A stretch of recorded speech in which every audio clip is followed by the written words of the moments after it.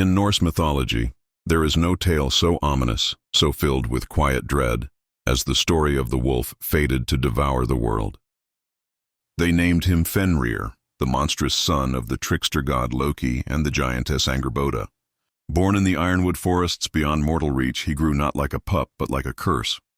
Every day he swelled in strength, his jaws wide enough to swallow gods, his breath thick with doom.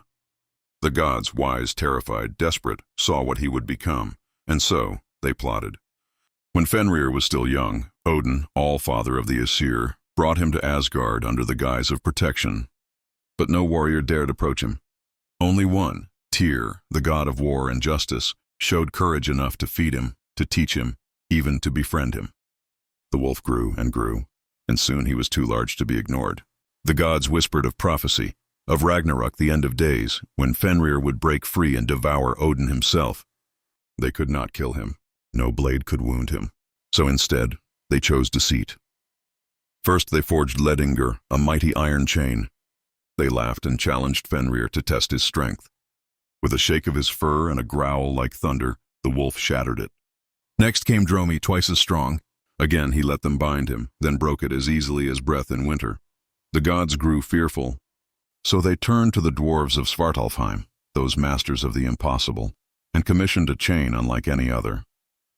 It was named Gleipnir, but it was no ordinary chain.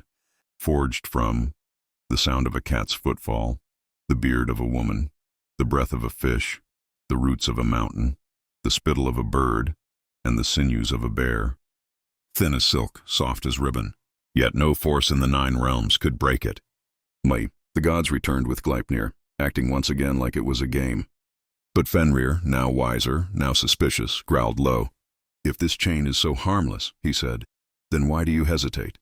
He would only agree if one of them placed their hand in his jaws as a pledge of honor. Only Tyr, his friend, his feeder, stepped forward. The gods bound Fenrir. He struggled. He thrashed, but Gleipnir held. Realizing he had been tricked, Fenrir clamped his jaws shut. Tyr screamed, his hand severed. Bound and betrayed, Fenrir howled a sound so terrible it cracked mountains. They gagged him with a sword, the blade pressing up into his mouth, pinning him to the earth. There he lay, chained until the end of time. But prophecy is not so easily undone. At Ragnarok, Gleipnir will snap like thread and flame. Fenrir will rise, his jaws stretching from heaven to earth. He will kill Odin. And in turn, Odin's son, Vidar, will slay the beast by ripping his jaw apart. The gods may delay fate, but Fenrir still waits. Beneath the earth, his rage growing with every silent century, his eyes still